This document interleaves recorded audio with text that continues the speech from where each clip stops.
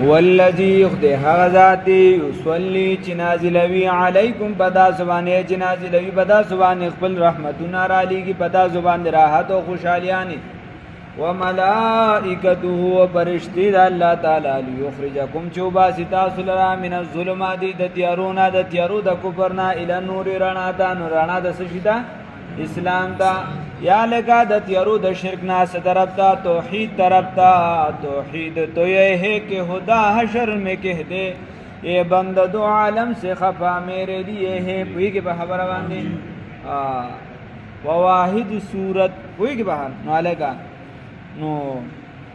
د دې وجه لیخرجکم د پارا دی چراو باسی تاسو لرا من الظلمات الى النور د شرکیاتنا کوئی کے خبر صدر د عقیدی د توحید طرف ته یا لگا چراو باسی تاسو لرا د گناهونو نه د ثواب کار طرف ته ثواب رڼا ده او ګناه چې څه شي ده چراو باسی تاسو لرا د بنده د غلامینا د چا غلامه ده د الله رب العزت خپل غلامه ده الګ بنده وی ز رحمان در رب بنده امدام حال دی ز رحمان در رب بنده امدام حال دی چې بنده د بل بنده وی سبه حال وی وی کې خبر دا الله رب العزت الگ عبد الله قال انی عبد الله آتانی الكتاب وجعلنی نبیا وی کې نو خبره دا سدا چې تبه د الله غلامی د الله مونږ یو ټول د الله غلامان ښا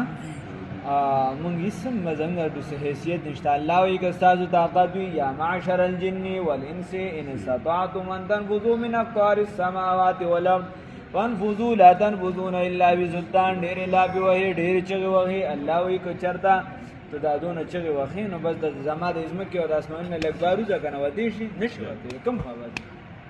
چیزی ابازو لبراز مدپارا دی چراو باسی تاسو لرا تیاری د شرکیاتونا د بدعاتونا سے طرف تا رانا د توحید طرف تا د اسلام طرف تا یا لگا چراو باسی تاسو لرا د گناہونونا ثواب طرف تا او چراو باسی تاسو لرا لگا د عام انسانانو د رهنمای چې تاسو باغی باندې اعتماد کوي عام وګړم ځان لرا رهنما او رهبر ګرځولي الګه په هغه باندې اعتماد مکوا عام وګړي وسی